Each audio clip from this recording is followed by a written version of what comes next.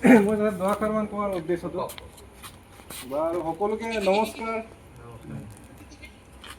মোৰ নাম শ্ৰী পিংকু পেগু, ঘৰ মোৰ ঢকুৱাখানাত আৰু বিশ্বনাথ ITI তাতে কৰ্মৰত। আৰু কোলবস্তি নিম্ন প্ৰাথমিক বিদ্যালয়ৰ আমাৰ সন্মানীয় শিক্ষাগুৰুসকল আৰু মৰমৰ ভাইটি ভণ্টিসকল, মই আপোনালোকৰ বিদ্যালয়ত সজাগতা আৰু বৃক্ষৰোপণৰ কাৰণে আহিছিলোঁ। আমাৰ সন্মানীয় শিক্ষাগুৰুসকলক বহুত বহুত ধন্যবাদ দিছোঁ এনেকুৱা এটা সুযোগ দিয়াৰ কাৰণে আৰু সকলোৱে সহযোগ কৰাৰ কাৰণে প্ৰথমতে সকলোকে ধন্যবাদ দিছোঁ। মোৰ সজাগতাটোৰ নাম হৈছে শিক্ষা, পৰিৱেশ, শান্তি আৰু ঐক্য। প্ৰত্যেক দিনেই এই গছ পুলি ৰুই ভাল লাগে, সেইকাৰণে আপোনালোকৰ বিদ্যালয়ত বহুত দিনৰ পৰা আহিম বুলি আমাৰ সন্মানীয় ছাৰক ডিছকাছ কৰি আছিলোঁ আগতে যাম বুলি। তো আজি সুযোগ এটা পালোঁ, সময় এটা, এনেকৈ আহি গ'লোঁ হঠাতে। আগতে জনোৱাও নহ'ল, জনোৱা হ'লে আৰু ভালকৈ আয়োজন কৰিলোহেঁতেন।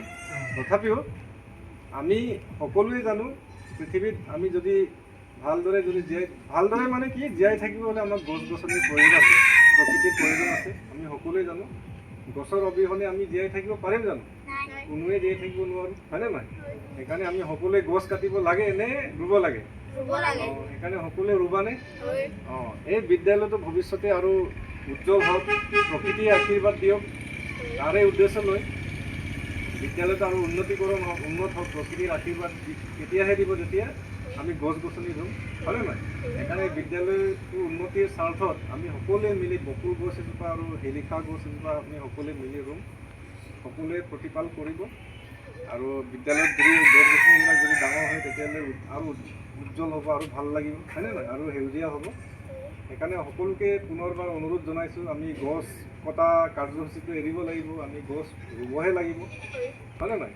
আমাৰ আজিৰ টাইমত বহুত গৰম বৃদ্ধি হৈছে। গৰম বৃদ্ধি হোৱাৰ ফলত আমি এতিয়া এই ডিষ্ট্ৰিক্টতটো সময় সলনি হোৱা নাই। ধেমাজি লখিমপুৰত যোৱাকালি মই গৈছোঁ, তাত ৰাতিপুৱা 7:30 বজাৰ পৰা ক্লাছ আৰম্ভ হৈছে, মানে অতিপাত গৰমৰ কাৰণে। ইয়াতো কিজানি বৰষুণ নিদিয়ালে অট'মেটিকেলি টাইমটো চেঞ্জ হ'লেহেঁতেন। ডেট মিনছ কি আমাৰ বিদ্যালয় পাঠদান কৰিবলৈ আমাৰ সময় সলনি কৰিবলগীয়া আছে। ডেট মিনছ কি বহুত পৃথিৱীৰ সংকট হৈছে, পৃথিৱীয়ে কান্দি আছে আজি, নোৱাৰিছোঁ আৰু বুলি মানে।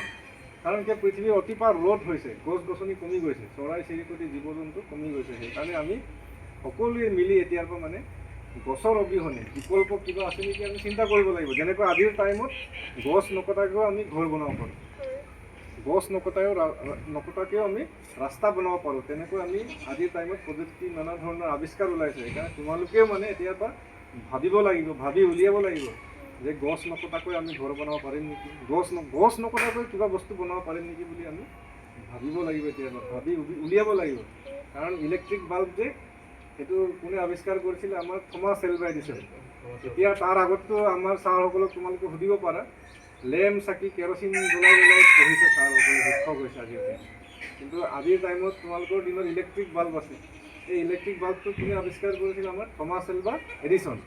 তেওঁ স্কুল পঢ়াই নাই, ক'বলৈ গ'লে হাইস্কুল নপঢ়িলেই, ঘৰতে পঢ়িব এই বস্তুটো আৱিষ্কাৰ কৰে। আজি গোটেই বিশ্বকে মানে জ্বলাই তুলিছে। মানে ইলেক্ট্ৰিক বাল্ব নহয়তো ৰাতি আমি আন্ধাৰত থাকিব নোৱাৰোঁ।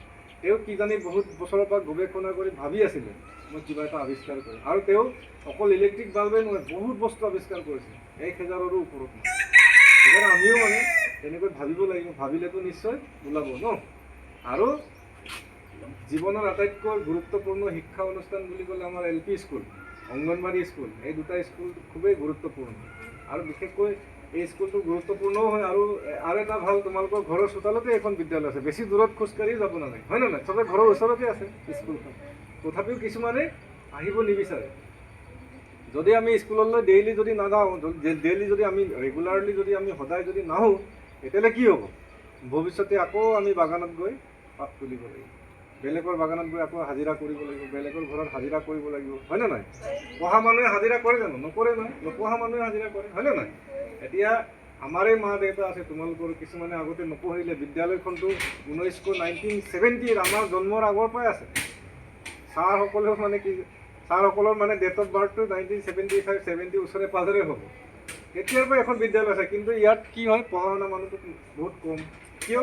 তেওঁলোকে স্কুললৈ বিদ্যালয় যা বুলি ক'লে ক'ৰবাত স্বীকাৰ কৰি থাকিব, ক'ৰবাত ঘূৰি ফুৰি থাকিব, ছাৰসকলে কিবা কথা কয় যদি তেওঁলোকে মন কাণ নিদিব। সেইকাৰণে তেওঁলোকে আজি হয়তো বেলেগৰ ঘৰত হাজিৰা কৰিবলগীয়া হয়। তোমালোকে হাজিৰা কৰিব যাবা নেকি? তেতিয়াহ'লে কি কৰিব লাগিব? পঢ়িব লাগিব, সদায় বিদ্যালয় আহিব লাগিব, ছাৰসকলৰ কথা, শিক্ষাগুৰুৰ কথা সদায় মানিব লাগিব। ইয়াত যিখিনি কথা বুজাই ঘৰত গৈ পঢ়িব লাগে নে নালাগে? নপঢ়িলে আকৌ আমি ৰ'দে বৰষুণে বেলেগৰ ঘৰত কাম কৰিব যাব লাগিব, হয় নে নহয় কথা? আৰু পঢ়িলে কি হয়, তোমালোকে হয়তো ছাৰসকলৰ দৰে আমাৰ ছাৰ হ'ব পাৰিবা, শিক্ষক হ'ব পাৰিব, অফিচাৰ হ'ব পাৰিব, ডক্টৰ হ'ব পাৰিব, ইঞ্জিনিয়াৰ হ'ব পাৰিব, ভাল ভাল নেতা হ'ব পাৰিব, হয় নে নহয়? কিন্তু নপঢ়িলে আকৌ আমি বোকা পানীত কাম কৰিব লাগিব। এতিয়া বাগানত যদি কাম নকৰে মেনেজাৰে এচাৰি ল'ব, পিটিব নহয়। বুজি পাইছা নাই? কাম নকৰিলে কি হ'ব, পইচাও নিদিয়ে। কেছটো তেনেকুৱা। সেইকাৰণে আমি এতিয়াৰ পৰা আজিৰ পৰা আমি ভাবিব লাগিব। বিদ্যালয় যাওঁ বুলি ক'লে তোমালোকে ক'ৰবাত গৈ খেলি নাথাকিব। ইয়াত আহি ল'বা, ইয়াত আহি কিবা এটা কথাটো শিকিবা ন, তাৰপিছত ঘৰত গৈ সন্ধিয়া সময়ত খেলিবা, ৰাতি যিখিনি ইয়াত পঢ়ায় সেইখিনি পঢ়িব লাগিব, আকৌ ৰিভাইজ কৰিব লাগিব ন, আকৌ ৰিপিট কৰিব লাগিব, তেতিয়াহে হ'ব, হয় নে নাই? LP স্কুলটো ভাল নহ'লে তোমালোকৰ হাই স্কুলটো ভাল নহ'ব। কাৰণ তোমালোকৰ এই কিতাপ এখন দুখনেই আছে এতিয়া, কিন্তু ডাঙৰ হৈ গৈ থাকিলে কিতাপবোৰ বাঢ়ি গৈ থাকিব নাই, তেতিয়া পঢ়িব মন নাযাব। সেইকাৰণে লাষ্টত গৈ কি হ'ব, নপঢ়ো আৰু এৰিম আৰু এনেকৈ ভাবটো হ'ব। সেইকাৰণে আজিৰ পৰা একদম ঘৰত গৈ মেলি ছাৰসকলে যিখিনি কথা বুজায় ঘৰত গৈ ধুনীয়াকৈ বুজিবা, ইয়াত নাজানিলে সুধিবা, হয়নে নাই? ছাৰসকলে তোমালোকক প্ৰত্যেকজনৰ নাম জানে, ঘৰ ক'ত সেইটো জানে, মা দেউতাৰ নাম পৰ্যন্ত কিছুমান জানে। সেইটো বহুত ডাঙৰ কথা। কিন্তু এই কলেজত গ'লেতো সেইটো পৰিৱেশ নাপাবা মানে। সেইকাৰণে ধুনীয়াকৈ পঢ়া, আমিও হেল্প কৰিম। চবে ডাঙৰ ডাঙৰ সপোন দেখিব লাগিব, ইঞ্জিনিয়াৰ, ডক্টৰ, তেনেকৈ টিচাৰ, প্ৰফেচৰ এনেকৈ ভাবিব লাগিব, অফিচাৰ, হয়নে নাই? আকাশত উৰিব লাগিব, হয়নে নাই? এৰোপ্লেন চলাব মন আছে নাই? হেলিকপ্টাৰ? এতিয়া পঢ়িলেহে হ'ব, হয়নে নাই? নপঢ়িলে চলাব পাৰিব না? নোৱাৰিব নহয়, সেইটো কথা দেই। আৰু আমি সকলোৱে মিলি এই গছ পুলি দুটা ৰুম, ধুনীয়াকৈ প্ৰতিপাল কৰিবা। ভৱিষ্যতে তোমালোকে চাকৰি কৰি যেতিয়া আহিব তেতিয়া ভাল লাগিব। আৰু এই এৰিয়াটোত গৌৰৱ কৰি আনিব লাগিব, বিদ্যালয়ত গৌৰৱ কৰি আনিব লাগিব, ছাৰসকলে গৌৰৱ কৰি আনিব। এতিয়া ছাৰৰ ষ্টুডেণ্ট যদি অফিচাৰ হৈছে বুলি ক'লে ছাৰৰ ভাল লাগিব। এতিয়া ছাৰৰ ষ্টুডেণ্ট যদি ক'ৰবাত হাজিৰা কৰি আছে বুলি ক'লে মানুহে কি বুলি ক'ব মানে? এনেকুৱা কথা দেই। বুজি পাইছা? চবে বুজি পাইছা নাই? আমি ভাল মানুহ হ'ব লাগিব ন, ডাঙৰ মানুহ হ'ব লাগিব ন, হয়নে নহয়? ডাঙৰ মানুহ কেতিয়া হ'ব? যেতিয়া আমি স্কুললৈ সদায় আহিম তেতিয়াহে হ'ব, হয়নে নহয়? ঠিকে আছে বাৰু, বিশেষ দীঘলীয়া নকৰোঁ। আমাৰ সন্মানীয় শিক্ষাগুৰু ছাৰসকলক বহুত বহুত ধন্যবাদ দিছোঁ। আৰু তোমালোকৰ সকলোৰে উজ্জ্বল ভৱিষ্যত কামনা কৰিছোঁ। ধন্যবাদ। ছাৰকে কিবা কথা নেকি? তেতিয়া আজি আৰু এটা কথা মই ক'ব পাহৰি গৈছোঁ একচুৱেলি। আজি খুব এটা ভাল দিন হয়, প্ৰত্যেক দিনটোৱে ভাল, কিন্তু আজিও আৰু এটা ভাল দিন হয়। ডেট মিনছ আজি ৱৰ্ল্ড হিউমেনিটেৰিয়ান ডে বুলি কয়। ডেট মিনছ আজিৰ দিনটো ক'বলৈ গ'লে সদায় এইটো হ'ব লাগে, সিজনে সিজনক দুখীয়া মানুহ হেল্প কৰা দিন হয়। আজিৰ দিনটো কি হয়, দুখীয়া মানুহ বা যাক সহায়ৰ প্ৰয়োজন আছে আজি হেল্প কৰিব লাগে, হয়নে নহয়? এতিয়া আমি নিজে যদি দুখীয়া হয় আমি কেনেকৈ বেলেগক হেল্প কৰিম?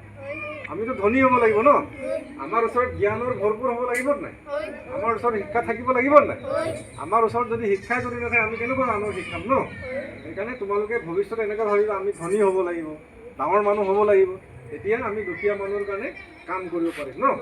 তথাপিও মানে যেনেকাই নহওক, ক'ৰবাত বুঢ়া বুঢ়ী মানুহ ধৰক ৰাস্তা পাৰ কৰিব যদি নোৱাৰে তেওঁলোকক হেল্প কৰিব লাগিব। কোনোবা যদি সহায় বিচাৰে তাক হেল্প কৰিব, সামৰ্থ্য অনুযায়ী, হয়নে নাই? কেপাচিটি অনুযায়ী আমি সকলোকে ইজনে সিজনক হেল্প কৰিব লাগিব, ডাঙৰজনে সৰুজনক হেল্প কৰিব লাগিব, হয়নে নাই? বেয়া কামত আমি লিপ্ত হ'ব নালাগে, সদায় ভাল কাম কৰিম বুলি চেষ্টা কৰিব লাগে। সেইকাৰণে আজিৰ এই দিনটো বিশ্ববাসীয়ে মানে পালন কৰিছে, যাতে আমি দুখীয়া সমাজক বা যাৰ যাৰ সহায়ৰ প্ৰয়োজন হয় তেওঁলোকক আমি সহায় কৰিব লাগিব। যেনেকৈ আমাৰ বানপানী হৈছে চৰাইদেউ, যোৰহাট, শিৱসাগৰ, হয়নে নহয়? তাত বিশ্বৰ প্ৰত্যেকটো বেলেগ বেলেগ প্ৰাংগণৰ পৰা মানুহ আহি পিনি সহায় কৰিছে। তেনেকৈও আমি ভৱিষ্যতে আমাৰোতো বিপদ আহিব পাৰে, সেইকাৰণে আমি সিজনে সিজনক এতিয়াৰ পৰাই সহায় কৰিব লাগিব। আৰু গছ থাকিলে বানপানীও নাথাকে, বানপানীও নিয়ন্ত্ৰণ কৰে। গছ নাথাকিলে বৰষুণো নাহে, গছ থাকিলেহে জীয়াই থাকিব পাৰিম, গৰমটো নিয়ন্ত্ৰণ কৰে। সেইকাৰণে গছৰ তলত বহিলে আমাৰ ভাল লাগে নে নালাগে? সেইকাৰণে গছৰ পৰা আমি অক্সিজেনবিলাক পাওঁ, হয়নে নাই? ফল মূল, খাদ্য সকলো বস্তু পাওঁ মানে। সেইকাৰণে আমি গছৰ আমি কাটিব নালাগে, আমি সংৰক্ষণ কৰিব লাগিব, হয়নে নাই? ঠিকে আছে বাৰু, মই সকলোকে ধন্যবাদ দিছোঁ। এতিয়া আমি ৰুই লওঁ।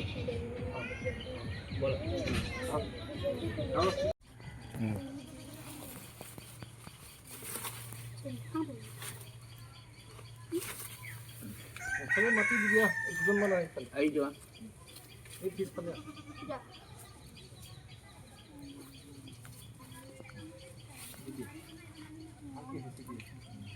হ'ব জানো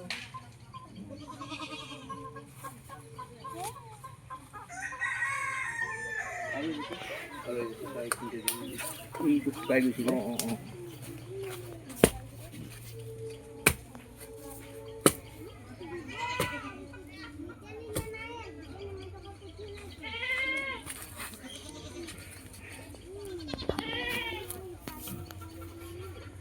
দিয়া আপোনালোকে কৰি দিয়ে তুমিও